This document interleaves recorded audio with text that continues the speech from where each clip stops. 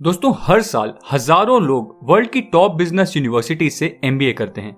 ये लोग वर्ल्ड के बेस्ट बिजनेस गुरुज से बिजनेस के लेसन सीखते हैं। कई तो एमबीए से पहले भी बहुत सारे फाइनेंशियल कोर्सेज कर लेते हैं। मतलब कि ये लोग बिजनेस और फाइनेंस की खूब पढ़ाई करते हैं। पर आखिर वो क्या वजह है कि इनमें से सिर्फ कुछ चुनिंदा लोग ही अपनी लाइफ में मिलियनेयर्स और अपने सपनों के अकॉर्डिंग वेल्दी बन पाते हैं? जरा सोचिए कि इसकी वजह क्या है। भले ही आज आप एक दो रीजन सोच भी पाएं, बट वो एग्जैक्ट सीक्रेट्स क्या हैं, ये सोचने के लिए आपको सालों लग सकते हैं। पर secrets of millionaire mind book के ऑथर टी हार्वेकर, जो कि एक बिजनेसमैन, मोटिवेशनल स्पीकर और कोच भी हैं, इन्होंने सालों तक कई सारे मिलियनेयर और बिलियनेयर सक्सेसफुल लोगों की साइकोलॉजी, हैबिट और माइंड को स्टडी किया है। एंड अपनी book secrets of millionaire mind के जरिए इन्होंने वो सारे सीक्रेट हमें बताने की कोशिश भी की है। अब ऑथर कहते हैं कि पैसे की कमी या गरीब होना कोई प्रॉब्लम नहीं, बल्कि सिर्फ एक सिम्टम है। आइए इसे ऑथर की लाइफ के एक एग्जाम्पल से समझते हैं।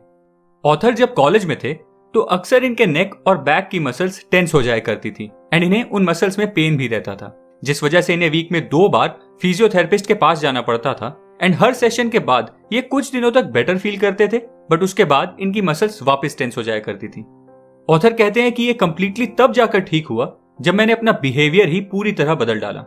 और इसके लिए मैंने सबसे पहले अपने बैठने की पोजीशन चेंज करी, फिर ज्यादा स्लीप लेनी शुरू करी और साथ ही साथ डेली मैग्नीशियम सप्लीमेंट्स और कम स्ट्रेस लेने की आदत भी डाली।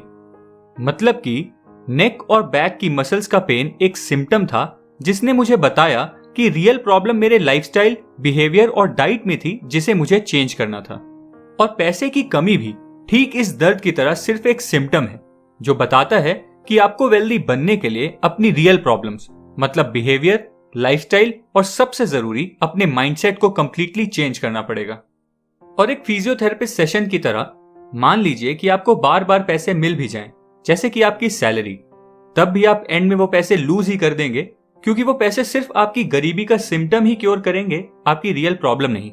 इसलिए वेल्दी होने के लिए जानना बहुत जरूरी है कि आखिर वेल्दी लोगों का माइंडसेट कैसा होता है, और यही हम आज इस वीडियो में जानेंगे। तो चलिए स्टार्ट करते हैं। इस बुक में जिस कॉन्सेप्ट की बात की गई है वो है मनी ब्लूप्रिंट। पहले इसे एक एग्जांपल से समझते हैं। सपोज आपका बॉस आज आपको बोले कि किसी वन टाइम प्रोजेक्ट के लिए वो आपको 50 लाख रुपए देगा। आप इस सिचुएशन में क्या सोचेंगे? हो सकता है कि आप सोचें, यार सैलरी ही ठीक है, क्या पता इस प्रोजेक्ट के चक्कर में ये मुझे कहीं और फंसा दे। या फिर आप बहुत खुश हो जाएं और सोचें कि बस एक बार ये 50 लाख रुपए कमा लूं, फिर तो लाइफ सेट है। या फिर आप ये सुनते ही अपनी शॉपिंग लिस्ट तैयार करनी शुरू कर दें। अब जिस भी तरीके से आप इन पैसों के बारे में सोचेंगे, या फिर उन पैसों के बारे में सोचते ही आपके मन में आने वाले भाव और विचार ही आपका मनी ब्लूप्रिंट है। ये बताता है कि पैसों के मामले में आपका माइंड किस तरीके से कंडीशनड है। अब जब आप ये समझ गए हैं तो आपको ये भी समझ आ गया होगा कि रिच लोगों का मनी ब्लूप्रिंट ही उनकी वेल्थ का रियल रीजन है। और ऑथर ने इस बुक में रिच लोगों के मनी ब्लूप्रिंट से रिलेटेड कुछ बातें बताई हैं। आइए एक एक करके उन्हें डिस्कस करें। पहला पॉइंट है कि rich people focus on their net worth, but poor people focus on their working income. अब इस पॉइंट को थोड़ा ध्यान से समझने की कोशिश करिए। नेटवर्थ का मतलब है कि आप जो भी चीज ओन करते हैं, या फिर सिंपली आपकी हर एक चीज की फाइनेंशियल वैल्यू का सम। दोस्तों, हम अपनी लाइफ में जो भी चीज खरीदते हैं, उस चीज को खरीदने से पहले हमारा माइंड अपने आप में एक सवाल पूछता है कि मुझे ये चीज क्यों खरीदनी है। और ज्यादातर लोग इस सवाल पर इतना ध्यान नहीं देते एंड बस जो मन में आता है वो खरीद लेते हैं। जैसे कि ज्यादातर लोग गाड़ी खरीदते हैं, पर उनमें से 70% लोगों के क्यों का जवाब सोशल स्टेटस मेंटेन करना होता है, भले ही उनकी गाड़ी महीने में सिर्फ 2 बार ही यूज क्यों ना होती हो। पर एक वेल्दी मनी ब्लूप्रिंट वाला माइंड इस तरीके से वायर्ड होता है कि वो ज्यादातर चीजों को खरीदने से पहले ये सोचता है कि क्या इस चीज से मेरी नेटवर्थ बढ़ेगी या नहीं। और आपकी नेटवर्थ को कैलकुलेट करने के 4 फैक्टर्स होते हैं: income, savings, investments and simplification. अब अगर मैं पूछूं कि सबसे इंपॉर्टेंट फैक्टर क्या है, तो ज्यादातर लोगों का जवाब इनकम होगा। पर एक्चुअली वेल्दी होने के लिए ये चारों फैक्टर्स ही इक्वली इंपॉर्टेंट हैं। और सही मायने में करियर की शुरुआत में सबसे ज्यादा इंपॉर्टेंट फैक्टर है सिंप्लीफिकेशन। इसे एक एग्जाम्पल से समझाता हूं। अगर 2 लोग सेम कंपनी में सेम सैलरी पे जॉब शुरू करें और उनमें से कोई एक सिंप्लीफिकेशन फॉलो करे, मतलब कि अपनी कॉस्ट ऑफ लिविंग को मिनिमम रखे, सिर्फ जरूरी चीजों पर ही खर्चा करे, तो उस इंसान के पास सेव और इन्वेस्ट करने के लिए ज्यादा पैसे होंगे, जबकि दोनों की इनकम सेम ही रहेगी। सो फाइनली इस पॉइंट के अकॉर्डिंग आपको अपने फाइनेंशियल डिसीजंस लेने से पहले इन चारों फैक्टर्स को जरूर ध्यान में रखना चाहिए। अब बात करते हैं दूसरे पॉइंट की, जो कि है rich people think both, poor people think either और। दोस्तों, एक बहुत ही कॉमन स्टेटमेंट जो आप अक्सर सुनते होंगे वो है कि happiness is more important than money, या फिर family is more important than money. अब अगर मैं आपसे पूछूं कि आपके हाथ ज्यादा इंपॉर्टेंट है या आपके पैर, सोचिए। अच्छा, इससे एक सिंपल सवाल, एक बच्चे के लिए खेलना ज्यादा इंपॉर्टेंट है या पढ़ाई? क्या लगता है आपको? एक्चुअली इन चीजों में कंपैरिजन का कोई मतलब ही नहीं है, और एक वेल्दी माइंडसेट वाला आदमी कभी भी मनी को किसी और चीज के साथ कंपेयर नहीं करता, क्योंकि वो जानता है कि हर एक चीज की लाइफ में अपनी एक अलग ही इंपॉर्टेंस होती है, एंड कभी भी वो किसी एक चीज के लिए दूसरे को कॉम्प्रोमाइज करने के बजाय दोनों पर ध्यान देने का रास्ता ढूंढ निकालता है। अब तीसरा पॉइंट कहता है कि rich people play the money game to win, but poor people play the money game to not lose. दोस्तों, एक टास्क है, आज आप अपने किसी एक फैमिली मेंबर से या किसी दोस्त से ये पूछिएगा कि आपको सैलरी क्यों चाहिए, या फिर आप ये पूछिएगा कि आप जॉब पर क्यों जाते हैं, एंड ज्यादातर लोगों का जवाब होगा यार घर चलाने के लिए पैसे तो चाहिए ही, या फिर कुछ लोग बोलेंगे कि कमाएंगे नहीं तो जिएंगे कैसे। और ऐसे लोग कभी वेल्दी नहीं बन पाते, क्योंकि इनकी डिजायर्स तो बहुत बड़ी होती हैं पर इनके गोल स्टेटमेंट बहुत छोटे होते हैं। बट एक वेल्दी मनी ब्लूप्रिंट वाला इंसान भले ही किसी जॉब पर जाए या फिर कोई छोटा काम ही क्यों ना करे, उस काम को करने की उसकी एक ही वजह होती है। वो कहता है कि मुझे आज इस काम को सीख कर एक दिन बहुत वेल्दी बनना है। अब बात करते हैं चौथे रीजन के बारे में, जो कि एक बहुत इंपॉर्टेंट पॉइंट भी है। ये कहता है कि rich people are committed to being rich, but poor people want to be rich. दोस्तों, किसी भी चीज को रियलिटी में कन्वर्ट करने का एक प्रोसेस होता है जिसे कहते हैं प्रोसेस ऑफ मैनिफेस्टेशन।